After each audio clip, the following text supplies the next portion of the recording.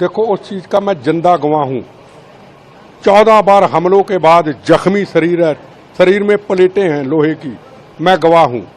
खालिस्तान न कभी बना था, न कभी बनेगा, न कभी बनने देंगे। भारत इस नागरिक को आतंकवादी कहता है।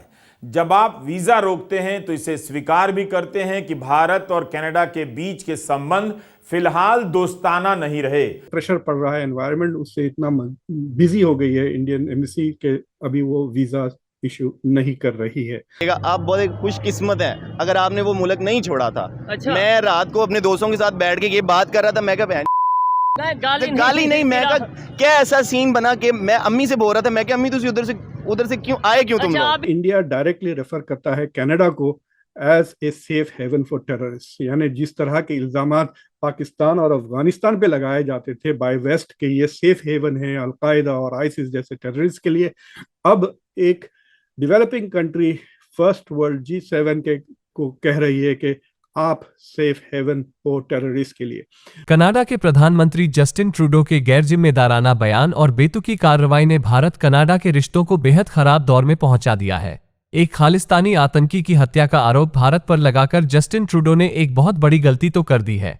ट्रूडो के इस राजनीतिक बयान के बाद से अब तक भारत ने कनाडा के खिलाफ 5 बड़ी कार्रवाई की है। 1. भारत ने कनाडा के आरोपों को खारिज कर उसे खालिस्तानियों पर कार्रवाई की नसीहत दी है। 2. उसने कनाडा के राजनयिक को निकालकर वहां से निकाले गए भारत के राजनयिक का हिसाब बराबर किया। 3. आज जो बड़ा कदम उठाया गया वो ये कि कनाडा के नागरिकों के लिए भारत का वीजा बंद कर दिया है। 4. निया ने 43 गैंगस्टर्स की लिस्ट जारी कर उनमें से कनाडा में बैठे बदमाशों की जानकारी मांगी है। 5. कनाडा में भारतीयों को एडवाइजरी जारी कर सतर्क रहने को कहा है। भारत इस नागरिक को आतंकवादी कहता है।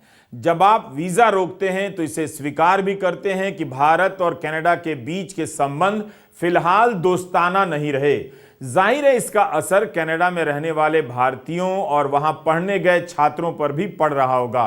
अरिंदम बागची ने कहा है कि कनाडा द्वारा वीजा दिए जाने में भेदभाव का मुद्दा पहले भी रहा है।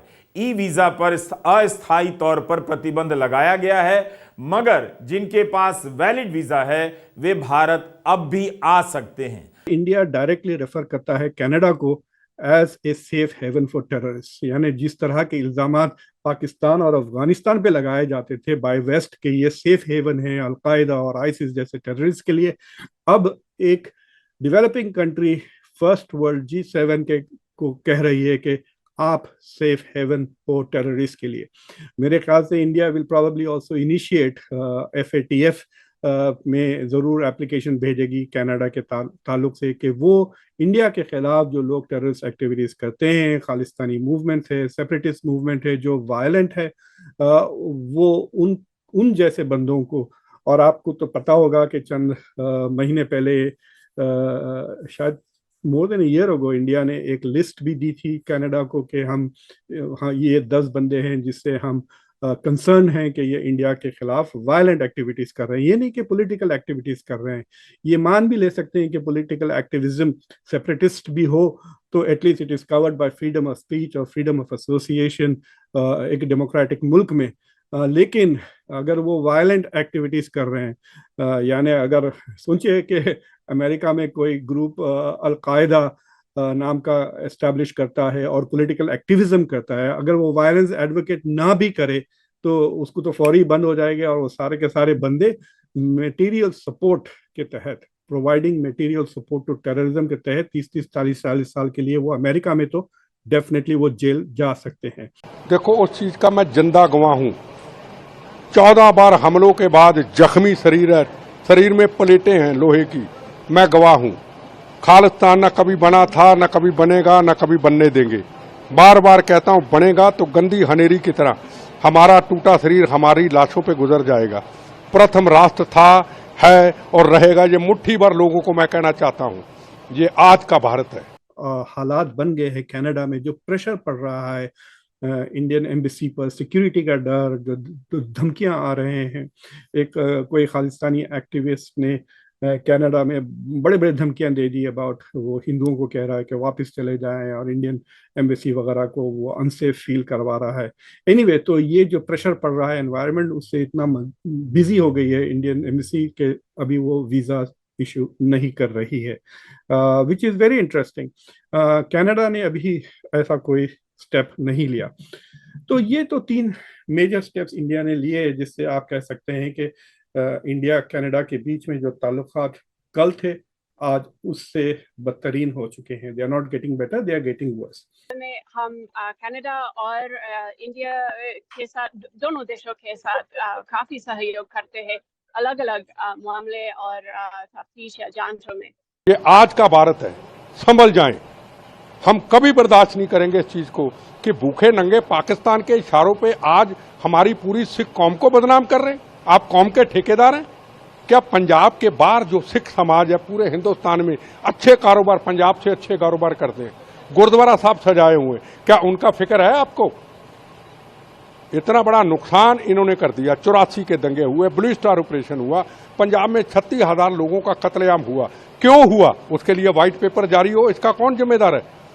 और मैं ये कहूंगा इन खालिस्तानियों को एक ही जवाब है, चाहे कनाडा हो चाहे पंजाब में हो, जितने भी हिंदुस्तान के पवित्र गुरुद्वारा स्थान है, हाथ जोड़ के कहूंगा जब भी खालिस्तान की मांग उठे, गुरुद्वारा साहब में अपना संगत को बुलाएं, अपने समाज के लोगों को बनाएं, भाई बहनों को बनाएं, मीडिया को बुला के सबके सामने कहे हम खालिस्तान नहीं चाहते। हमें भी तो सीखना है कि यार अगर आज उनके रिलेशन देखें, फर्स्ट वर्ल्ड कंट्रीज जो से उनके प्रेशर में आए हुए हैं। उन्होंने एक स्टेटमेंट तो दे दिया कनाडा वालों ने, लेकिन अब वो फंसे ऐसे हुए हैं कि उन्हें समझ नहीं आ रही कि निकले कैसे। कभी वो कहते हैं कि हम जो सा वो इस चीज़ को प्रवोक नहीं करना चाहते मजीद, हम इसे ख़त्म करना चाहते हैं, मतलब कंफ्यूज नज़र आ रहे हैं। क्या आपको लगता है कि कनाडा आने वाले टाइम में सॉरी कर देगा प्रॉपर, या कनाडा कैसे रिलेशन आगे देख रहे हैं आप? मेरे ख्याल से तो कनाडा कट ऑफ कर देगा। ठीक है, अगर यूनाइटेड नेशंस में है ना, यूएन में है, कनाडा इन्वॉल्व है ना, इंक्लूड है अगर यूएन में, ठीक है, फिर वो मान जाएगा, नहीं तो वो कट ऑफ कर देगा। ठीक है, वो भी है। कैप्टन अमरिंदर सिंह जो अब बीजेपी में हैं, उन्होंने कहा कि जस्टिन ट्रूडो खालिस्तानियों के झांसे में फंसते जा रहे हैं। अमरिंदर सिंह ने तो यह भी पूछा है कि भारतीय मिशन पर जो हमले हुए हैं उन मामलों में कनाडा ने क्या कार्रवाई की है। इस तरह भारत की तरफ से भी ट्रूडो पर खूब जवाबी हमले किए जा रहे हैं। एसोसिएट प्रेस ने सूत्रों के हवाले से एक खबर छापी है। अमेरिका के एक अधिकारी ने नाम नहीं छापने की शर्त पर बताया है कि संसद में बयान देने से पहले जस्टिन ट्रूडो ने अमेरिका के राष्ट्रपति जो बाइडेन को भरोसे में लिया था। रॉयटर्स में खबर छपी है कि निज्जर की हत्या को लेकर अमेरिका और कनाडा मिलकर जांच कर रहे हैं। तो यह मामला कनाडा के घरेलू राजनीति से जुड़ा नहीं लगता है जिस तरह से दिखाया जाता है।